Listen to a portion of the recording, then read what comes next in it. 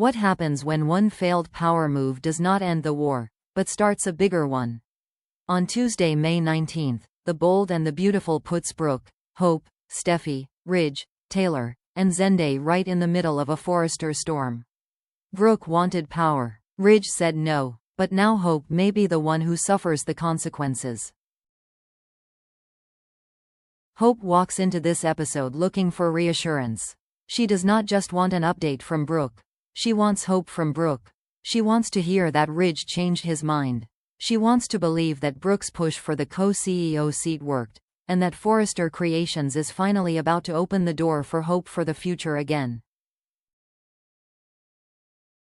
But that is not what she gets. Instead, Brooke has to deliver the kind of news no mother wants to give her daughter. Ridge rejected her proposal. Brooke will not become co-CEO.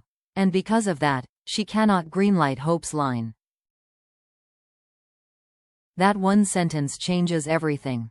For Hope, this is not just business disappointment.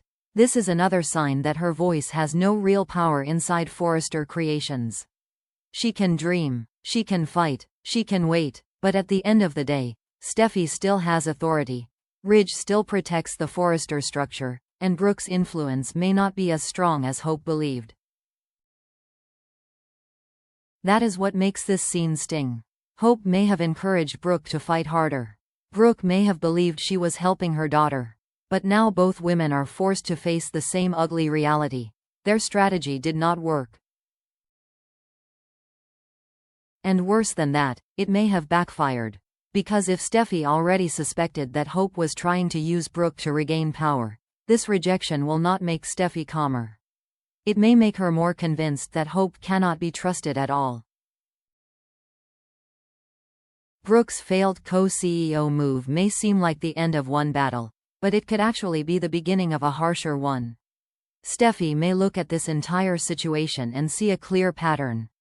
Hope's line was delayed. Hope was upset. Then suddenly Brooke made a bold push to replace Steffi as co-CEO. From Steffi's point of view, that timing may feel far too convenient. And that is dangerous for Hope. Steffi does not just dislike being challenged. She dislikes feeling manipulated. If she believes Hope pushed Brooke into trying to take her seat, then hope for the future may go from delayed to dead very quickly. This is where the drama becomes more than a fashion decision. Steffi could argue that Hope's line is no longer worth the trouble. She could say the brand brings too much personal conflict, too many loyalty problems, and too much instability inside the company. And if Ridge already refused Brooke's request, Steffi may feel stronger than ever. That means Hope may not just be waiting for a relaunch date. She may be waiting for a final verdict. And Brooke will have to live with the possibility that her attempt to rescue Hope's future only gave Steffi a reason to shut it down completely. While Brooke and Hope deal with the emotional fallout, Zende reaches a painful understanding about his own future at Forrester. And that word, future, is important. Because Zende is not just frustrated about one line or one collection. He is beginning to understand where he stands in the family business. If Hope for the future has no relaunch date, then what happens to the designs he has been working on? What happens to his creative value? What happens to his place at the table?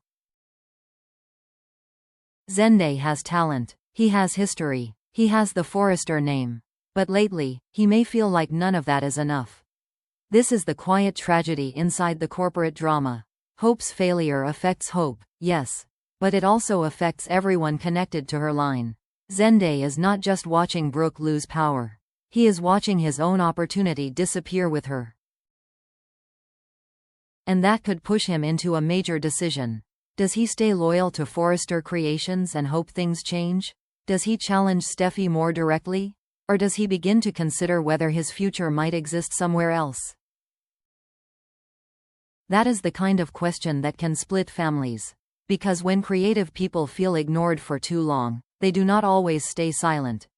Sometimes they walk away, sometimes they join a rival, and sometimes they become the spark that turns a private disappointment into a public rebellion.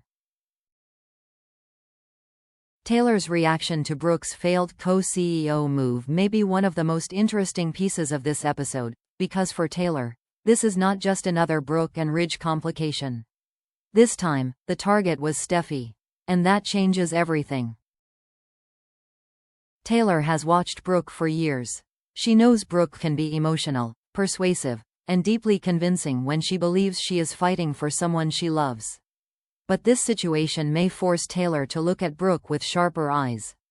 Brooke was not simply asking Ridge for a voice at Forrester Creations. She was asking for a seat that would directly weaken Steffi's authority. From Taylor's point of view, Steffi has earned her place. She is not sitting in that office because Ridge handed her power out of pity. She has fought for the company, protected the Forrester name, and made difficult decisions even when they made her unpopular. Ridge and Steffi may not always agree on everything, but as a leadership team, they have kept Forrester Creations stable. So Taylor may ask the question Brooke does not want to hear. If Steffi has not failed, why should Brooke replace her? That is where Brooke's move begins to look less like strategy and more like ambition. Taylor may understand that Brooke wants to help Hope. She may even understand a mother wanting to protect her daughter's future. But understanding is not the same as excusing.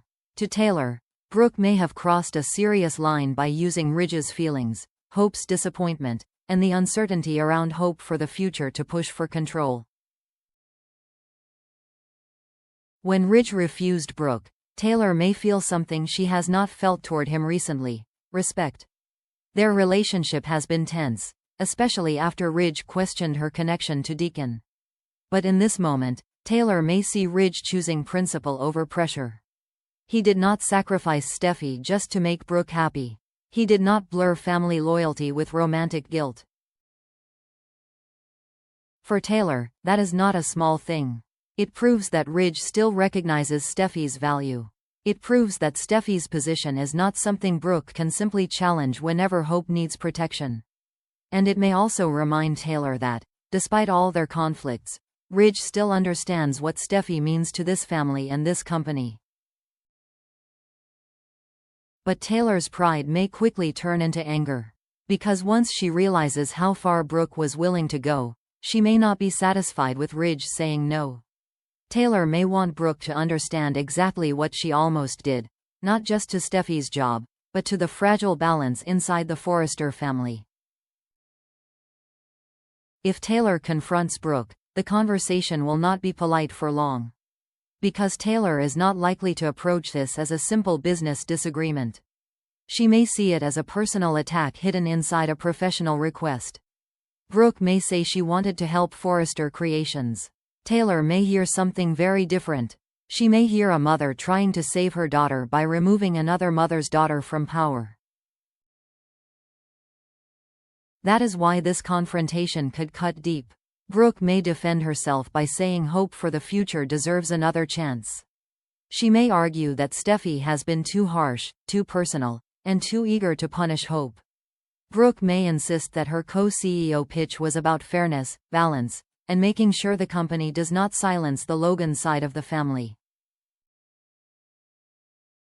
But Taylor may not accept that version. To Taylor, the timing tells the story. Hope's line was delayed. Hope became desperate. Brooke suddenly asked Ridge for more power. And that power would have placed her above, beside, or even in direct conflict with Steffi. Taylor may see a clear connection there, and she may believe Brooke was not just responding to a business problem. She was trying to change the entire power structure to benefit Hope. That accusation would hit Brooke hard, because Brooke may truly believe she was doing what any mother would do. She may not see herself as manipulative. She may see herself as protective. But Taylor could argue that protection becomes dangerous when it requires someone else's child to lose. And that is where this rivalry becomes bigger than Ridge.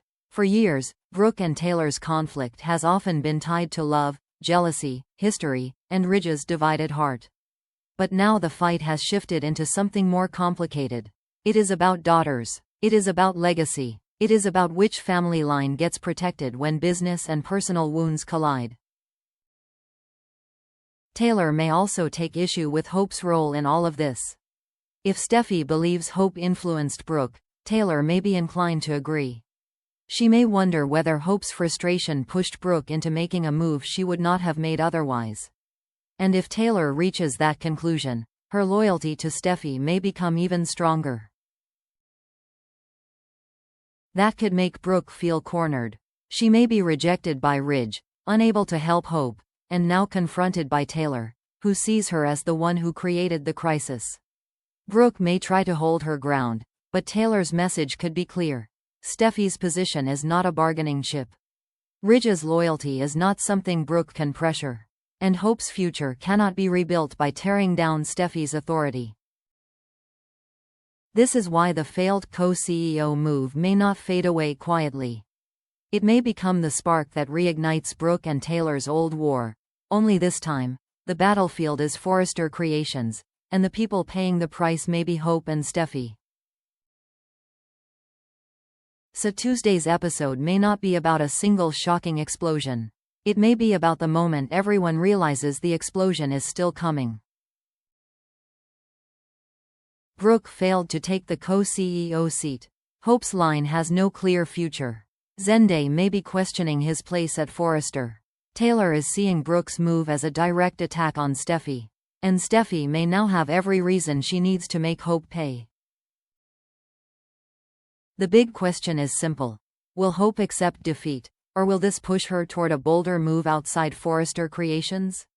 And if Brooke truly crossed a line, will Taylor be the one to finally call her out? Drop your thoughts in the comments. Do you think Ridge made the right choice by standing with Steffi?